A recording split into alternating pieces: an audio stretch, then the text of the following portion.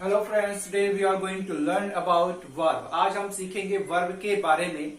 जैसा कि मैंने यहाँ पर सारा फॉर्मेट बना दिया है। वर्ब जो क्रिया है फाइनाइट वर्ब होता है और एक नॉन फाइनाइट वर्ब होता है।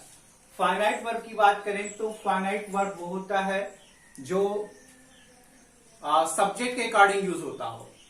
अभी इसको डिटेल में समझेंगे। फाइनाइट वर्ब में देखिए ट्रांसिटिव वर्ब आता है, इंट्रांसिटिव वर्ब आता है, ऑक्सिलरी वर्ब आता है। ऑक्सिलरी वर्ब में दो आते हैं, आपका प्राइमरी ऑक्सिलरीज होता है, एक मॉडल ऑक्सिलरीज होता है। और यहाँ पर नॉन फाइनाइट की देखें तो तीन पार्ट्स यहाँ पे बन गए, इन्फिनिटिव है, पार्टिसिपल है और जीरंड है। पार्टिसिपल में आपका तीन पार्टिसिपल्स होते हैं, प्रेजेंट पार्टिसिपल, पास्ट पार्टिसिपल और परफेक्ट पार्टिसिपल। इन सबको हम एक एक करके अभी पढ़ेंगे। अगर वर्ब की बात की जाए तो वर्ब के डेफिनेशन की बात किया जाए तो यहां पर आप जैसे देख रहे हैं, a verb is a word use for saying something about some person or thing. मतलब कि कोई ऐसा शब्द जो किसी पर्सन के, किसी व्यक्ति या किसी चीज के बारे में कुछ कहने या बोलने के लिए यूज होता हो, उसी को आप क्या कहेंगे? वर्ब कहेंगे। मतलब कि कोई एक्शन वाला जो वर्ड होगा उसी को आप क्या कहिएगा? वर्ब कहिएगा। यहां पर एग्जांपल्स आप जैसे आप देख पा रहे हैं, शी इट्स मैंगो।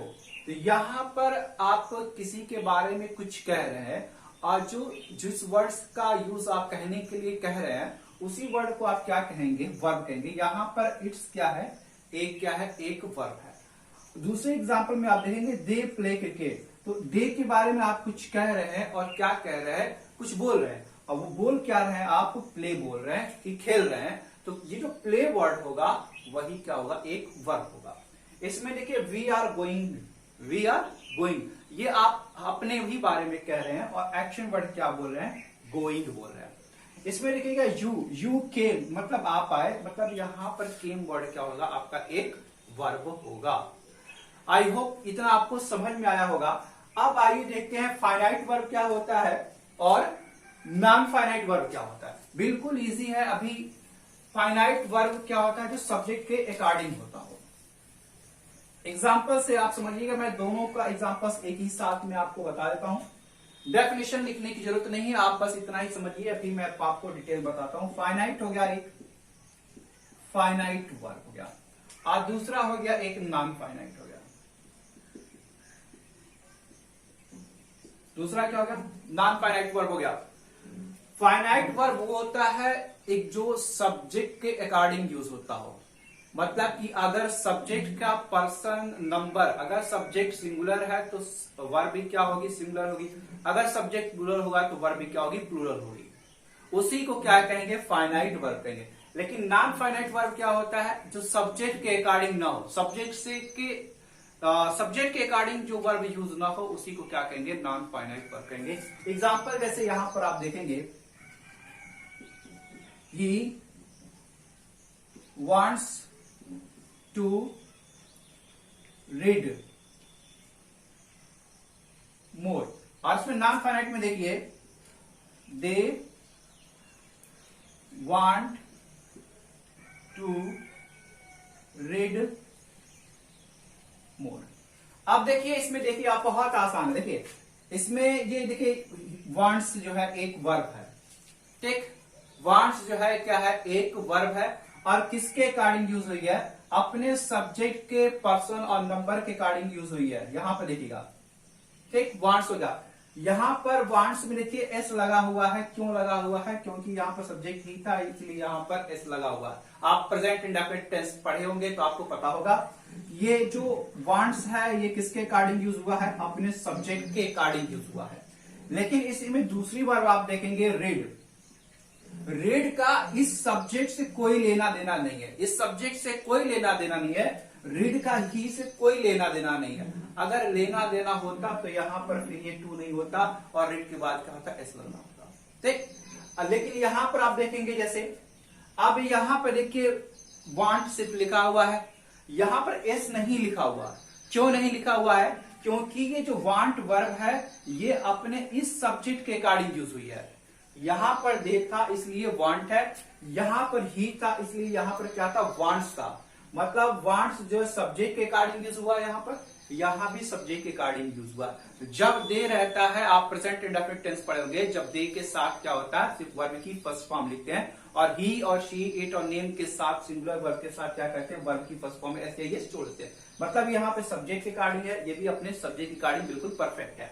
लेकिन यहाँ पर देखिए, यहाँ पे जो रीड है इस अपने सब्जेक्ट से इसका कोई लेना देना नहीं है, ये अपने सब्जेक्ट के अकॉर्डिंग यूज नहीं हुई है।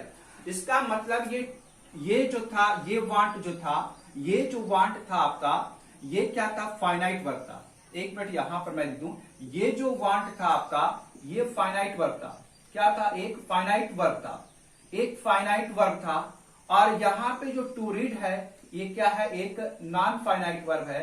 क्यों? क्योंकि यह अपने सब्जेक्ट के अकॉर्डिंग यूज नहीं हुई है, इसलिए नॉन फाइनाइट वर्ब है। यहां भी वही सेम चीज है, वांट्स जो है अपने सब्जेक्ट के अकॉर्डिंग यूज हुआ है, इसलिए यह क्या है? फाइनाइट वर्ब है, फाइनाइट वर्ब है। और टू रीड जो है अपने सब्जेक्ट से इसका कोई लेना देना नहीं है, इसलिए यह क्या है? एक नॉन फाइनाइट वर्ब है।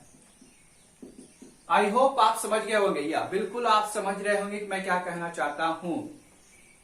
मैं सिंपल सी बात मैं ये कहना चाहता हूं कि अगर कोई वर्ब अपने सब्जेक्ट के नंबर पर्सन के अकॉर्डिंग यूज हुई है तो वो फाइनाइट वर्ब है, और जो अपने सब्जेक्ट के पर्सन नंबर के अकॉर्डिंग यूज नहीं हुई है वो क्या है? नॉन फाइनाइट वर्ब है। Next example C, next example आप देखिए, नेक्स्ट एग्जांपल्स आप देखिए।